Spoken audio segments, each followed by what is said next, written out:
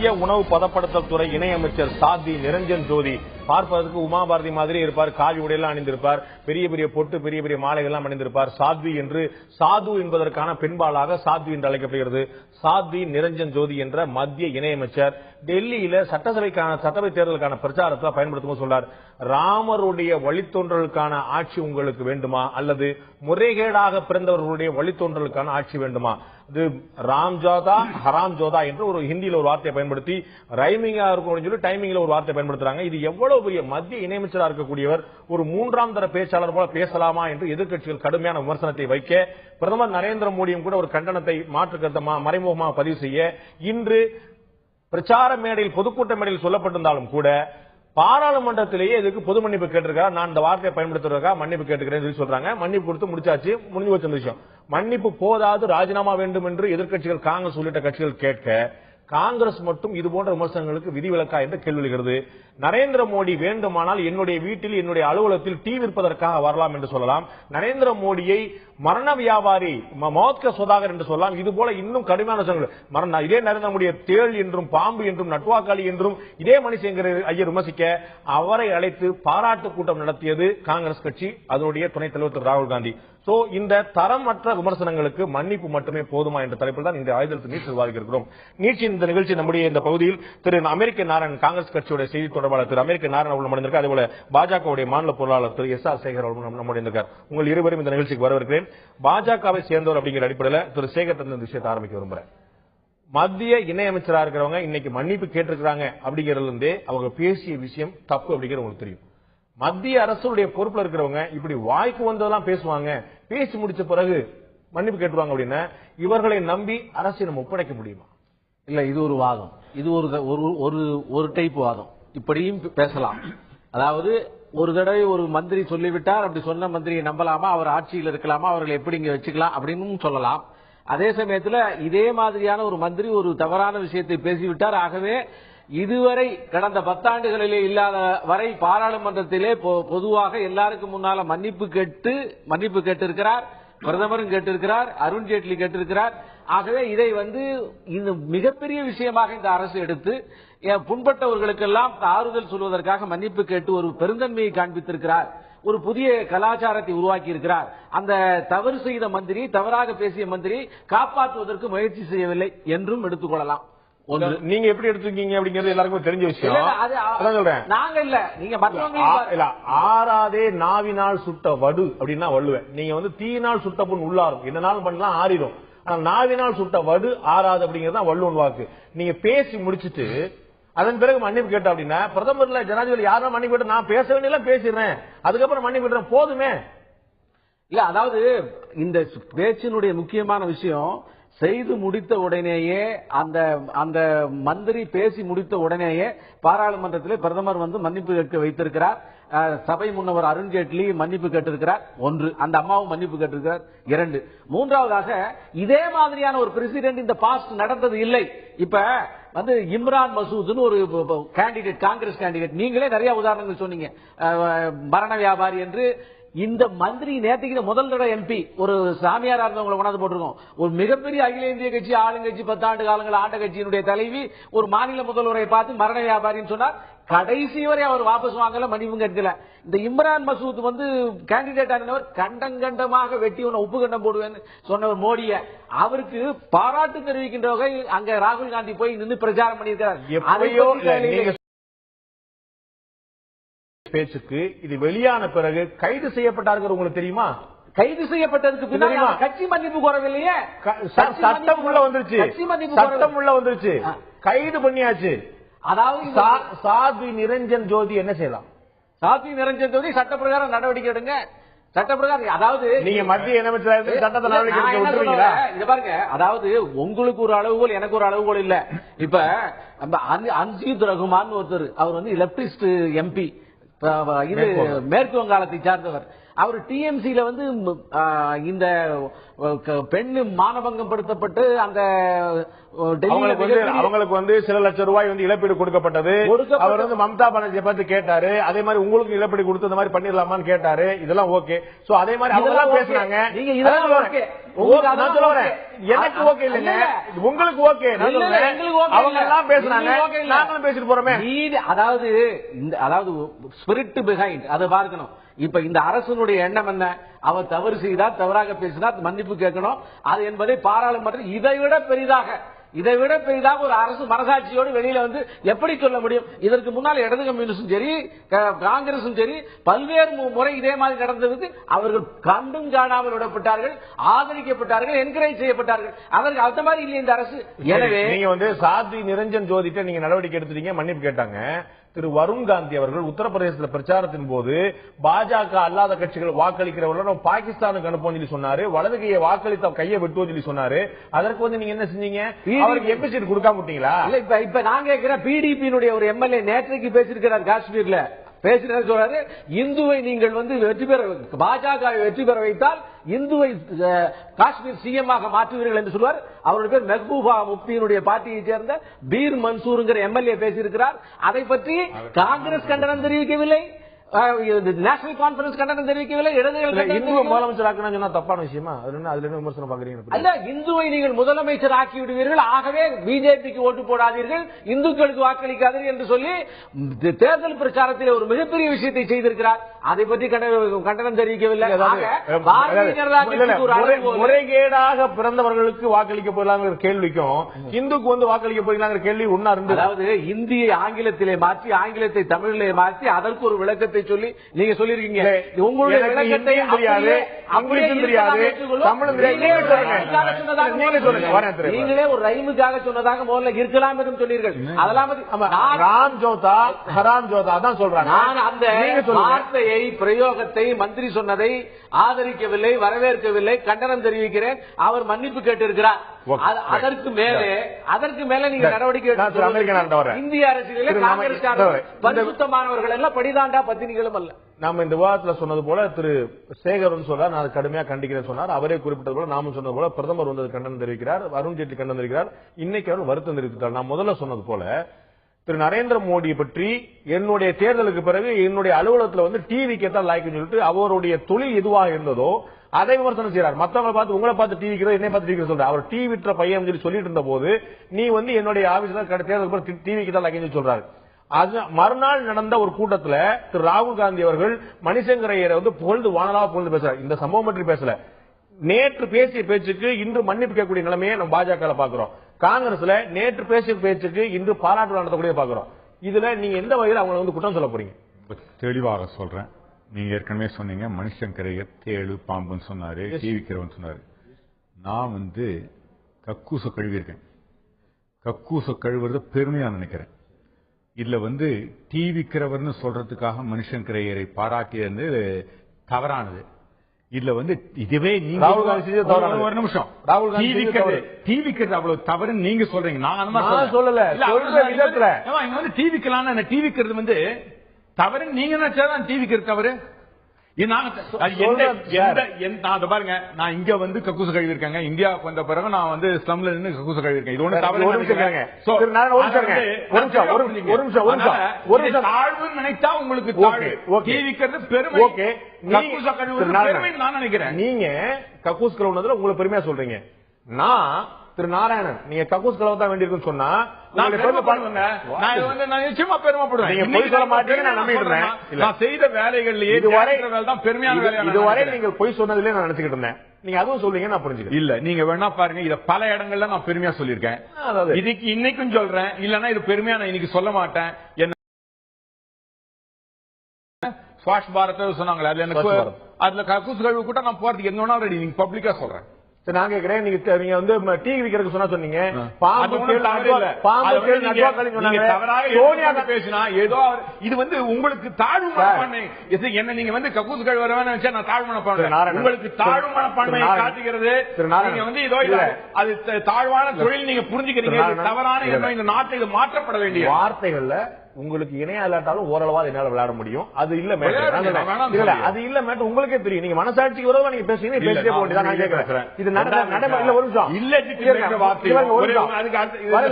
இந்த சப்ஜெக்ட் ரொம்ப இதுதான் உபயோகப்படுத்த முடியாது. இதுதான் சப்ஜெக்ட். நான் சொல்றேன் ஒரு அசிங்கமா ஒரு நாகரிகமான குடும்பத்தில் பிறந்த நல்ல முறைகேடான வார்த்தை சொன்னாரு. பிரதமரோ அவை முன்னவரோ இதற்கு மன்னிப்பு கேட்கல. ஞாபகம் வச்சுங்க, இந்த அம்மா மன்னிப்பு கேட்டாங்கன்னு ஒத்துக்கிறேன். பிஜேபி மணிசங்கரையர் மன்னிப்பு கேட்டாரா? பாம்பு தேல் நட்டுவா கழிச்ச மணிசங்கரையர் மன்னிப்பு கேட்டாரா? சொல்றது அவர் வந்துங்க பாம்பை விட கொடியவர். நான் இன்னைக்கு சொல்றேன் எப்படின்னா, ஒரு நீங்க பிஜேபி பத்தி பேசுறதுக்கு என்ன உரிமை வச்சிருக்க? பேரை கொன்றவரை போய் ஒரு வார்த்தை சொல்ல முடியுமா? ஒரு வார்த்தை சொல்ல முடியுமா? பரவாயில்லைங்க, ஒத்த 2 பேர் சீக்கியர்களை கொண்டவர் ராஜீவ்காந்தி. சீக்கியர்களை கொண்டவர் ராஜீவ்காந்தி கொண்டவர். சீக்கியர்களை ஒரு கார்ல போயிட்டு 84 கார்ல பற நாய் மாதிரி சொன்னாருங்க இறந்தவர்களை. அதாவது இத ஒண்ணு தவறே கிடையாது. திரும்பவும் சொன்னாரு அது மாதிரி யாராவது கொன்றவர்களா அவர்கள் பாம்பு தேளை விட மோசம். பாம்பு தேள்னு கூட சரியா கூப்பிடுங்க. விஷயம் தெரிஞ்சு பேசுறதா இருந்தா நான் இந்த வாதத்தை முன்னெடுக்க முடியும். இல்லாட்டி நான் அடுத்த நிகழ்ச்சிக்கு போயிடுறேன். இல்ல அவர் வந்து 1000 பேரை கொண்டவர்கள் நீங்க நிரூபிக்கணும். இது வந்து பொது மேடையில, உங்களுடைய கட்சி மேடையில நீங்க எல்லாமே பேசுங்க. இங்க பேசக்கூடாது. நான் சொல்றேன், தயவுசெய்து புரிஞ்சுங்க. 1000 பேரை கொண்டவர் அப்படின்னு நீங்க சொன்னீங்கன்னா, ராஜீவ்காந்தி 3000 பேரை கொண்டவர் ராஜீவ்காந்தி சீக்கியப்படுவதுன்னு சொன்னா நீங்க ஒத்துப்பீங்களா? நிச்சயமா முடியாது. என்ன? Do you have any proof of that? How you can say that? But there has been a clear விவாதங்களாவீங்க. அவருடைய முதலமைச்சராக இருக்குச்சு, அங்க வந்து யோசித்து பிணங்களை வைத்து இத கொளுத்தி ஒவ்வொரு இடமா போய் முஸ்லீம்களுக்கு எதிராக ஏற்பட்டது உண்மையா இல்லையா? வீடியோல பாத்தீங்களா இல்லையா? 84ல இன்னைக்கு வரைக்கும் ஜெகதீஷ் டைட்லர் வந்து மேல அவர் மேல வழக்கு, ஜெகதீஷ் டைட்லர் மேல வழக்கு இன்னைக்கு வரைக்கும் ஓடிட்டு இருக்குது. அவரை வெளில அனுப்பிட்டு போயிட்டே இருக்க போறோம். அவர் மட்டுமா 100 பேர் செத்தமா 4 பேர் சாவா ஆலமரம் பண்ணும்போது மத்த மாதிரி ராஜீவ்காந்தி சொன்னார். கொன்னது அவர் தான். அந்த இன்டென்ஷன் அவருக்கு இருந்தது தானே? நிச்சயமா நீங்க அதாவது வாதங்களா வைங்க. அது வந்து விவாதமா வைங்க, விதண்டாவாதமா வைக்காதீங்க. அவர் சொன்னீங்க அவர் வந்து 1000 பேரை கொன்றவர் சொன்னீங்க. அவர் அதாவது நரேந்திர மோடி முதலமைச்சராக இருந்த போது கலவரம் நடந்ததுன்னு சொல்லுங்க, நான் அமைதியா இருக்கேன். 2000 பேர் கொல்லப்பட்டது நான் அமைதியா இருக்கேன். கொன்றவர் சொல்லாதீங்க. I can't allow. I think you are right. I accept that.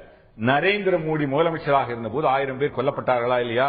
Narendra Modi இருந்த போது ஒரு மைனாரிட்டி பெண்ணை சுப்ரீம் கோர்ட்டே சொல்லச்சு, அவங்க வந்து குற்றவாளி இல்லன்னு சொல்லச்சு, என்கவுண்டர் நடந்ததா இல்லையா? குற்றவாளி இல்லன்னு சொல்ல, நல்ல விஷயம். குற்றவாளி இல்லன்னு சொல்ல, இது வந்து பிளான்ட் என்கவுண்டர் சொல்லிச்சு.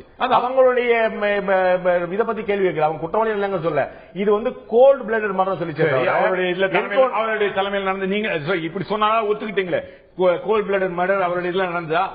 சிறுபான்மையினரையும் பல பேரையும் அவருடைய இதுல இருக்குச்சு பிளான்ட் ஒத்தராக கொலை இருக்கும் மர்டர்னு சொன்னதை அது பாம்பு தேள்வை விட வருஷா சரியா? சோனியா காந்தி வந்து தவறில்லை. சோனியா காந்தி வந்து நரேந்திர மோடி பத்தி சொல்லும் போது ஒரு நீச் ராஜ்நீதி மரண வியாபாரி சொன்னார்ல. மரண வியாபாரிக்கு அப்புறம் மரண வியாபாரி நீங்க பேசுறீங்க.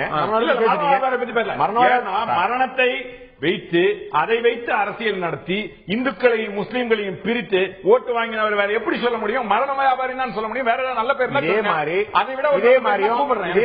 இதே மாதிரி அந்தமா ஒரு விளக்கம் சொல்லிச்சுன்னா நம்ம எங்க போய் முகத்தை வச்சுக்கோம்? இல்லைங்க, அந்த என்ன விளக்கம் சொன்னாங்க? இல்லைக்கு ஒரு விளக்கம் சொல்லுவாங்க. நான் ராம் பக்தங்க, நான் ராமரை ஃபாலோ பண்றவங்க.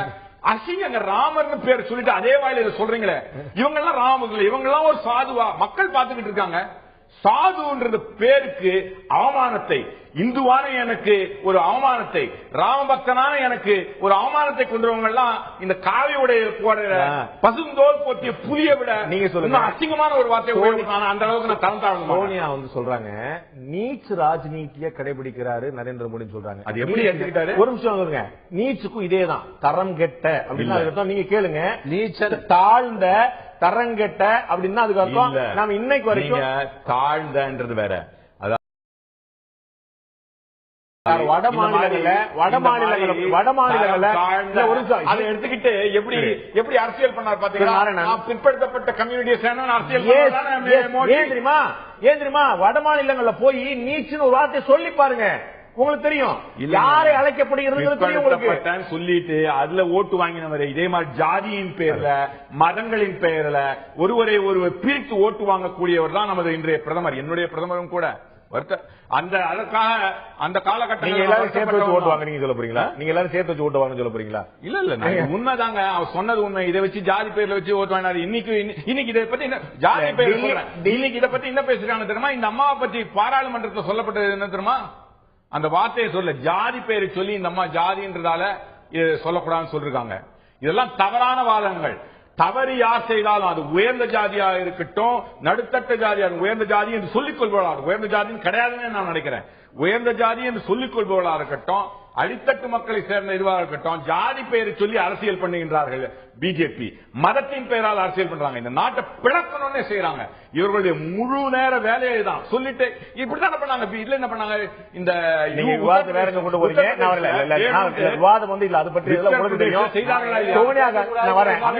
சோனியா காந்தி வாஜ்பாய் பற்றி சொல்லும் போது, சோனியா காந்தி அவர்கள் வாஜ்பாய் பற்றி சொல்லும் போது he lost his mental balance இந்த நாட்டுடைய பிரதமரை பார்த்து அப்ப அவங்க சொல்லியிருக்கிறாங்க இந்த வார்த்தையை. இது வந்து ஒரு பிரதமரை பார்த்து சொல்லக்கூடிய வார்த்தையா? இதே மாதிரி ஒரு வார்த்தை உங்களுக்கு சொன்னா ஒத்துப்பீங்களா? மறுபடியும் சொல்றேங்க, இதரையும் அதையும் கம்பேர் பண்ணாருங்க. நீங்க சொன்னா அதெல்லாம் வந்து புனிதமான வார்த்தைகள். அதாவது இந்த தமிழ்ல வேற எவனா சொன்ன கொன்னுருப்பாங்க. இல்லெஜிட்டிமேட் அப்படின்றது தமிழ்ல சரியான பிறந்தவர் இல்லை அப்படின்னு அர்த்தம்.